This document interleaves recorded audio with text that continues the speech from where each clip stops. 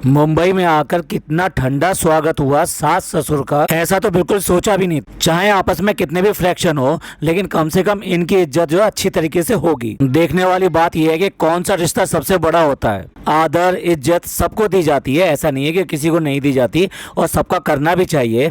पर यह देखना हो कि किसके लिए आप बिल्कुल ज़्यादा करेंगे और उसके लिए बिल्कुल पलके बिछा देंगे, तो वो सिर्फ एक ही रिश्ता होता है, और वो रिश्ता होता है लड़की के ससुराल वाले।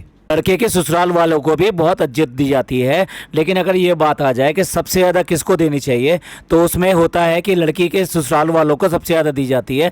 और उसमें भी सास ससुर हों तो भाई माशाल्लाह, उनके लिए तो सब कुछ किया जाता है। पर ऐसा भी नहीं है कि इनकी शादी को कम से कम कोई 15-20 साल हो गए हो कि जो सब कुछ नॉर्मलाइज हो गया हो। वैसे भी इनके सास ससुर की दूसरी विजिट है, और उससे भी ज़्यादा बढ़कर ये कि वो इस बार जो आए हैं वो हज से वापस आए हैं, यानी हाजी बनकर आए हैं। तो ऐसे में तो हर आदमी जो भी मुस्लिम है, अगर उसको पता होता है कि भाई हज करके वापस आए हैं, तो उनसे मिलने के लिए तो कुछ एक्स्ट्रा केयर लेता है, कुछ एक्स्ट्रा इज्जत करता है, एहतराम करता है इस बात का। हज से वापस आए हैं, लगता है डब्बा को तो कुछ करना ही नहीं था। बिल्कुल जैसे कि कोई अड़ोसी पड़ोसी कोई भी मिलने के लिए आ जाता है, तो उसको पानी पिलाया जाता है या कुछ मीठा या कुछ भी है एक को खिला दिया जाता है, तो वो सफिशिएंट समझते हैं कि ठीक है भाई थोड़ी देर के लिए आए थे और हमने उनका अच्छी तरह से इज्जत कर दी। थोड़ा सा डिटेल में बात करते हैं। देखिए, इससे पहले भी जब भी आती थी, मौधा से वापस आती थी, तो इसके लिए पूरा पूरा खाना बना हुआ मिलता था, या फिर आते ही अगर इसने कोई फरमाइश कर दी, जैसे पिछली बार की थी कि नहीं मुझे चिकन खाना है, तो इसके लिए इसकी माँ ने वही चीज़ बना दी थी। तो इस बार तो यही नहीं आने वाली थी, इसके साथ में सास ससुर भी आने वाले थे। तो क्या इसके लिए ज़रूरी नहीं था कि वहाँ पे खाना नाश्ता इन सब का इंतजाम होता? अब देखिए, घर में कौन मिला? अम्मी मिली, और उन्होंने क्या किया, सास ससुर का स्वागत जो किया वो फूलों की माला डालकर उनके गले में किया। यहाँ तक तो ठीक था। अब उसके बाद में जब वो बैठ जाते हैं, तो उनको सबसे पहले मीठा मुंह कराया जाता है, नहीं लड्डू खिलाया जाता है, बजाय इसके कि सबसे पहले पानी पूछा जाए। नॉर्मली ऐसे ही होता है, सबसे पहले पानी पिलाया जाता है, क्योंकि बाहर से आदमी आया है, तो इसलिए सबसे पहले पानी पूछा जाता है और उसके बाद में कुछ खिलाया जाता है। तो यहाँ पे क्या किया गया, सबसे पहले पानी पिलाया गया और उसके बाद में लड्डू खिलाया गया, बस। क्या अम्मी को बताया नहीं गया था कि साथ में कौन आने वाले हैं? जो बेसिक एटिकेट्स होते हैं ना, वो तो इनकी फैमिली के अंदर है ही नहीं, या फिर ये कहिए कि जानबूझ के किसी को चिढ़ाने के लिए, नीचा दिखाने के लिए ये हरकतें करते हैं। अब ये बताइए, फैमिली में किसको पता नहीं था कि इसके सास ससुर आने वाले हैं? क्या भैया को पता नहीं था? क्या भाभी को पता नहीं था? क्या इस माँ को पता नहीं था जो यहाँ पर इनके लिए लड्डू रखकर बैठी हुई है? क्या इसी को नाश्ता करना कहते हैं? भैया भाभी में से भी यहाँ पर नीचे आ सकते थे उनका स्वागत करने के लिए, उनको यहीं पर मिलते, उनको सलाम करते, उनके गले में मालाएं डालते, दुआएं लेते उनसे। ऐसे कौन से काम चल रहे हैं कि उन्हें ये नहीं पता कि किस दिन आने वाले हैं, किस टाइम आने वाले हैं, तो उनको घर पे रहना चाहिए। और अगर ऐसा है कि घर पे कोई एक आदमी नहीं तो दूसरा तो है ना, ये तो है नहीं कि दोनों के दोनों बाहर चले गए, जानबूझ के बाहर चले गए हैं कि भाई वो आने वाली है तो हमने बाहर चले जाते हैं, हमें मिलना नहीं है उनसे। पर ऐसा हो नहीं सकता। अब देखिए, ये जो घर है ये किसका घर है? ये कहलाएगा इसके भाई का घर ही तो कहलाएगा, ये घर कोई दूसरा घर तो है नहीं। तो अगर इसके भाई के घर पे कोई मेहमान आते हैं, तो उनकी जो मेहमान नवाजी होती है वो भी भैया और भाभी की तरफ से ही होगी। आपको पता है कि पापा जो बीमार रहते हैं, वो कमाते नहीं हैं, तो घर में कौन संभाल रहा है? वो राजा बेटा जो वही संभाल रहा है ना, तो फिर इसलिए उसी की तरफ से तो ये खातिरदारी होगी, और ये जो स्वागत होगा ये भी उसी की तरफ से होगा। और देखिए, ऐसा होता है कि जब आने वाले होते हैं, खासतौर से ऐसे मेहमान आने वाले होते हैं, तो उसके लिए सोचा नहीं जाता, उससे के लिए पहले से तैयारी की जाती है। वॉटेवर जो आप उनको नाश्ता कराना चाहते हैं, जो उनके स्वागत में सब कुछ कराना चाहते हैं, वो आप पहले ही वहाँ पर ला के रखते हैं। ऐसा तो ना मेहमान आएंगे तब कोई बाहर जाएगा और वहाँ से कुछ मिठाई लेकर आएगा, कुछ नमकीन लेकर आएगा, कुछ स्पेशल डिश लेकर आएगा, ऐसा नहीं होता। खासतौर से इस तरह ये बड़े मेहमान जब घर पर आते हैं, तो इसके लिए पहले से ही ये सारे प्रिपरेशन की जाती है। तो क्या भैया भाभी को पता नहीं था? क्या इस माँ को पता नहीं था?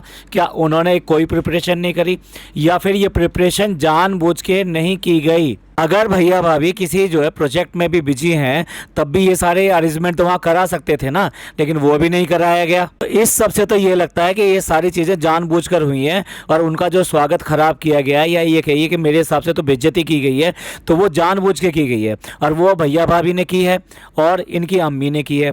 अब देखिए, ये आपको सबको दिखाई दे रहा है कि ये बेइज्जती हुई है, और ये बेइज्जती जो की गई है ये भैया भाभी ने की है और इनकी अम्मी ने की है। लेकिन नहीं, इसके अलावा अगर आप ध्यान से देखें इस बात को, इसमें गलती सबसे बड़ी किसकी है? जैसा कि मैंने शुरुआत में आपको कहा था, ये सबसे बड़ी गलती है डब्बा की। अगर तुम्हारे घर पे कोई इतना विशेष मेहमान, स्पेशल गेस्ट आने वाला है, तो तुम इंश्योर करते हो कि तुम्हारे घर पे उसका स्वागत कैसा होगा। मौदा से चल के मुंबई आ रहे हैं, तो यहाँ पे इज्जत जो दाव पे लगी रही है वो तुम्हारी लगी हुई है। क्या मौदा वाले नहीं देखेंगे इस व्लॉग को कि ससुराल में गए थे तो किस तरह का स्वागत हुआ था? ठंडे पानी में डाल दिया उनको और साथ साथ में एक लड्डू खिला दिया बस, और कह दिया चलिए ऊपर चलिए, ऊपर चलिए, ऐसा बोल दिया। क्या अब वो ननद नहीं देखेगी इसकी कि इसने कैसे ले जाके अपने घर पे मेरे माँ बाप की कितनी इज्जत करवाई, या ये कहिए कितनी ज़्यादा बेइज्जती करवा दी? तो डब्बा ने ये चीज़ें क्यों इंश्योर नहीं करी? क्यों नहीं कहा कि हम लोग आने वाले हैं? इवन देन भाई हमने तो ये देखा है, फ़ोन से सारी बात हो जाती है। स्टेशन पर गाड़ी आ गई है, हम लोग 1 घंटे में पहुँचने वाले हैं, अब आधा घंटे में पहुँचने वाले हैं, हम लोग नीचे आ गए हैं, हम लोग अब ऊपर आ रहे हैं लिफ्ट से। लेकिन ये सब उसके लिए ही तो होता है जो स्पेशल गेस्ट होता है। इन्होंने तो लगता है कि स्पेशल गेस्ट माना ही नहीं है, इन्होंने तो ऐसे ही माना कि हाँ ठीक है आ गए हैं, गांव के हैं, आ गए हैं, जैसे बाकी लोग गांव के आए थे ऐसे ये भी लोग आ गए हैं। ये सरासर डब्बा की गलती है कि डब्बा ने इस बात को एंश्योर नहीं किया, ना ही इस बात को कहा है कि उनका स्वागत किस तरह का होना चाहिए, क्या क्या होना चाहिए। क्या वो बच्ची है क्या? अभी कब तक बच्ची बनी रहेगी? 34 साल की हो चुकी है, उसे ये नहीं पता कि सास ससुर की इज्जत क्या होती है, या कोई घर में इस तरह का गेस्ट आता है, स्पेशल गेस्ट आता है, तो उसका कैसे स्वागत किया जाता है, कैसे उसकी इज्जत की जाती है। इसको सारी बात पता थी, बिल्कुल सारी बात पता थी, इसलिए वहां पर बैठकर जैसे पानी पिलाया और एक लड्डू खाया, उसके बाद में कहते हैं चलो आओ, चलो ऊपर चलते हैं। अब मानते हैं कि बाहर से आया हुआ आदमी, खास तौर से इतने लंबे सफर से आया हुआ आदमी बहुत थका हुआ होता है, तो उसको फ्रेश होने की जरूरत होती है। पर यहाँ कौन सा फ्रेश हुआ? पूरे व्लॉग में देखिए कोई नहाया हो, कोई भी इनमें से कोई भी एक भी कोई भी नहाया हो या किसी ने कुछ अपने आप को फ्रेश किया हो, किसी एक ने भी आके सफ़र के कपड़े बदले हों जो कि उसने पहले से ही पहने हुए। खासतौर से डब्बा ने तो एक दिन पहले से पहना हुआ था और उसी में यहाँ तक चली आई और रात तक भी वो कपड़े चेंज नहीं किए। ये सिर्फ बहाना था। डब्बा को और फनी को सारा कुछ पता था कि यहाँ पे क्या है, यहाँ पे नाश्ता है या नहीं है, क्या है करना है, कितना बैठना है, उनको सब अच्छी तरह पता था। तो इसलिए जानबूझ के उन्होंने वहाँ पे पानी पिया, लड्डू खाया और उसके बाद में ऊपर ले आए। अब ये डब्बा का दिमाग है या इन लोगों की लापरवाही? ये है डब्बा का दिमाग।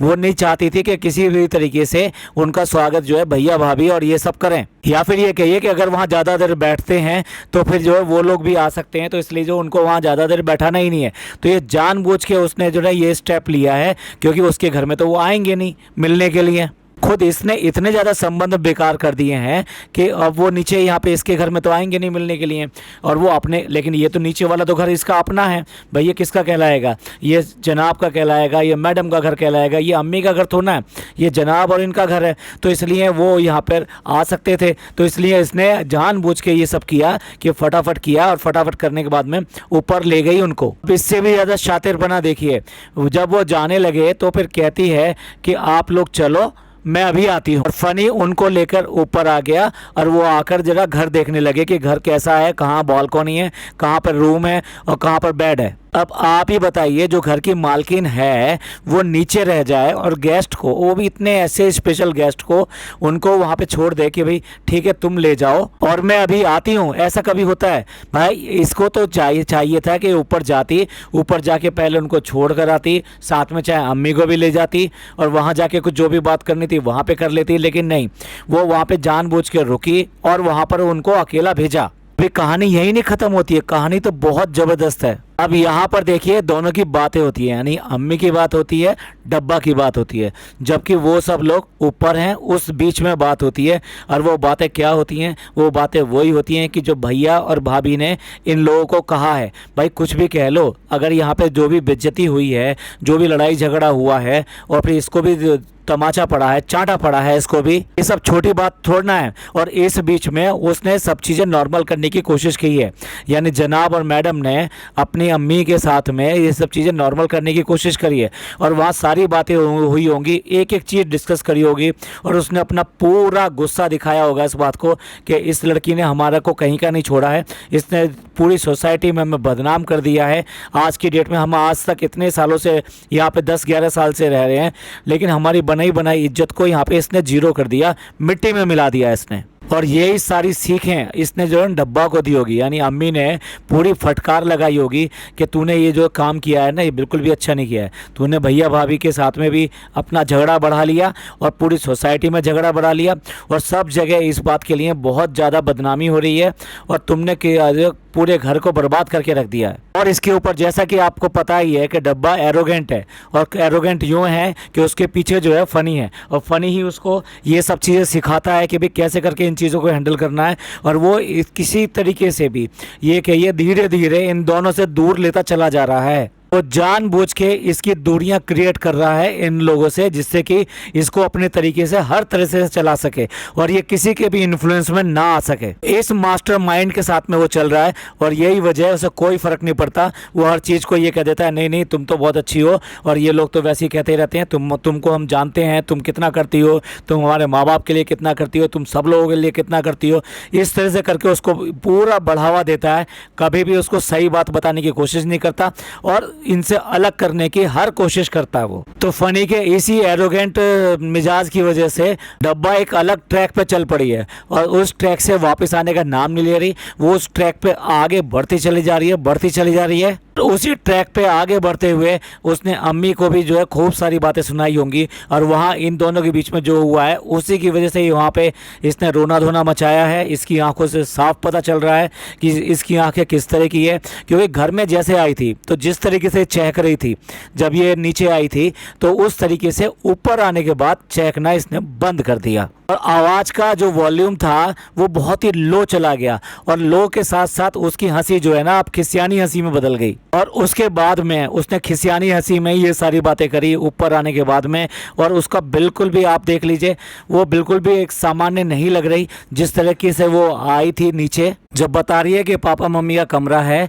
और ये कितना खुला खुला है, इतना तो नहीं दे सकते जितना कि मौधा में था, लेकिन यहाँ फिर भी खुला खुला है ये। और ऐसा कहते हुए आप साफ देखिए उसके हंसी जो है वो बिल्कुल चुपकाई हुई हंसी है, खिसियानी हंसी है, और जैसे ही मुंह नीचे करती है तो उसकी हंसी वो सब गायब हो जाती है। ऐसा कह के वो कैमरे को पीठ दिखाकर वहाँ से बाहर चली गई। आपने कभी ऐसा देखा होगा कभी वो कैमरा चलते हुए में बाहर जाए? नहीं, बिल्कुल नहीं होता। तो ये इस बात को दिखाता है कि वो बेसिकली कैमरे को फेस नहीं करना चाह रही, क्योंकि नीचे जो हुआ है वो बता नहीं सकती है वो। इसके बाद में देखिए, चलिए ये तो नीचे का किस्सा हुआ।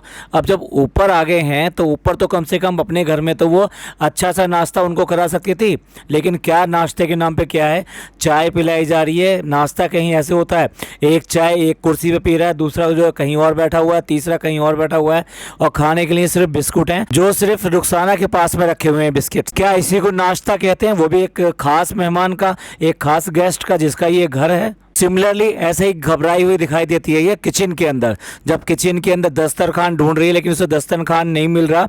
कभी ऐसा होता है कि अपने घर में रखी हुई चीज़ किसी को ना पता हो और वो इस तरीके से अलमारी खोल के ढूंढ रही है और कह भी रही है अब इतने दिनों बाद आए ना इसलिए कुछ ध्यान नहीं आ रहा, या इस टाइम जो तुम्हारा बिल्कुल ही ब्लैकआउट है, दिमाग काम नहीं कर रहा है। फनी ने इस बात को कहा भी है कि दिमाग काम नहीं कर रहा है, जिसके लिए ये नीचे से यहाँ ऊपर उठा कर लेकर आए थे कि चलो वहाँ पे नाश्ता कराएंगे। तो नाश्ता तो आपने देख लिया, कोई नाश्ता वगैरह नहीं हुआ। अब खाने की बात सुन लीजिए, टोटल खाना बाहर से मंगवाया गया है। किचन में कई सारी पिन्नियाँ दिखाई दे रही हैं और साथ साथ जो ब्लैक कलर की प्लेट दिखाई दे रही है, जो पैकिंग की हुई आती है ना खाने की प्लेटें, वो प्लेट दिखाई दे रही है। कुछ खाने की सिल्वर पैकिंग भी है। का मतलब ये है कि बिरयानी भी इनके होटल से नहीं आई है, ये बाहर से आई है थोड़ी सी, और उसके अलावा सारा वेजिटेरियन खाना मंगवाया गया है जो कि थाली के रूप में आया है। तो भाई देखिए ये है इनके यहाँ पर स्वागत, ये हो रही है दूसरी बार आए पापा और अम्मी के यानी कि सास ससुर की आओ भगत। अगर तुम जो है कह कर अपना रूम रेडी करवा सकते हो, गद्दा रेडी करवा सकते हो, क्लीनिंग करा सकते हो और ये खाना सब मंगवा सकते हो बाहर से, तो फिर ये भी अरेंज कर सकते थे कि जब ये यहाँ आ रहे हैं तो उनको खाने के लिए क्या क्या चीज़ें वहाँ चाहिए वो सारी चीज़ें भी वहाँ पे मुयस्सर हो सकती थी, अरेंज हो सकती थी। और इन्होंने ऐसा कुछ भी नहीं किया। सारा किस्सा कई बातों को उजागर करता है। एक, इनके साथ में रिलेशन भैया भाभी के साथ में, दूसरा टोटल नेग्लिजेंसी इनकी तरफ से भी और उनकी तरफ से भी। वो कॉल्ड अपने परिवार को ये कहना कि हम साथ साथ हैं, हम बहुत खुश परिवार हैं, हम बहुत आइडियल परिवार हैं, ये देख लीजिए हर चीज़ बिखरी पड़ी है। हर चीज़ परिवार का नाम पर, रिश्तों के नाम पे सारे रिश्ते छिटके पड़े हैं, किसी रिश्ते की कोई इज्जत नहीं रह गई है। और यही है सो कॉल्ड बड़े इन्फ्लुएंसर जो कि दूसरे को इन्फ्लुएंस करना चाहते हैं और दिखाना चाहते हैं कि देखो हम कितने अच्छे हैं, हम कितने खुश रहते हैं, कितने सुखी रहते हैं, कितने साथ साथ रहते हैं, और आप लोग किस तरह से रहते हो। क्योंकि आम आदमी की ज़िंदगी में तो खुशी गम सब कुछ आते हैं, दुख भी आते हैं, सब कुछ आता है। तो भाई हमारे हिसाब से तो बहुत ज़्यादा बेइज्जती करी इन्होंने और बहुत गलत तरीके से ये दिखाया है। अगर ये ऐसा करते तो ये बहुत अच्छा होता। अपने माँ बाप को पहली बार लेकर आए हैं, ना इन्होंने घर वालों से कोई इज्जत करवाई और ना खुद इज्जत करी उनकी। कहने आ जाते हैं हमारे मम्मी पापा खुश हैं, हम खुश हैं, किसी को क्या परवाह है। इस एक व्लॉग ने, यानी जो दिखाई देने पे ये लगता है कि ऐसा बोरिंग व्लॉग है, इसमें कुछ भी नहीं है, वहाँ मौदा से चल के और सिर्फ अपने घर पर आ गए हैं और कोई एक्टिविटी, कोई इवेंट नहीं है इसके अंदर, कुछ भी ऐसी चीज़ नहीं दिखाई है। उस बोरिंग ब्लॉग के अंदर बहुत कुछ कहने को है और बहुत कुछ सुनने को है जो इनकी फैमिली के अंदर घट रहा है और आ रहा है और हो रहा है। ये बाकी बातें करेंगे अगले पॉडकास्ट में। ये पॉडकास्ट आपको अच्छा लगा हो तो प्लीज़ लाइक कीजिए, सब्सक्राइब कीजिए और शेयर कीजिए। और आप बताइए आपके हिसाब से ये जो हुआ है ये ठीक हुआ है या गलत हुआ है। आपके कमेंट्स का हमें इंतजार रहेगा। थैंक यू, धन्यवाद, शुक्रिया।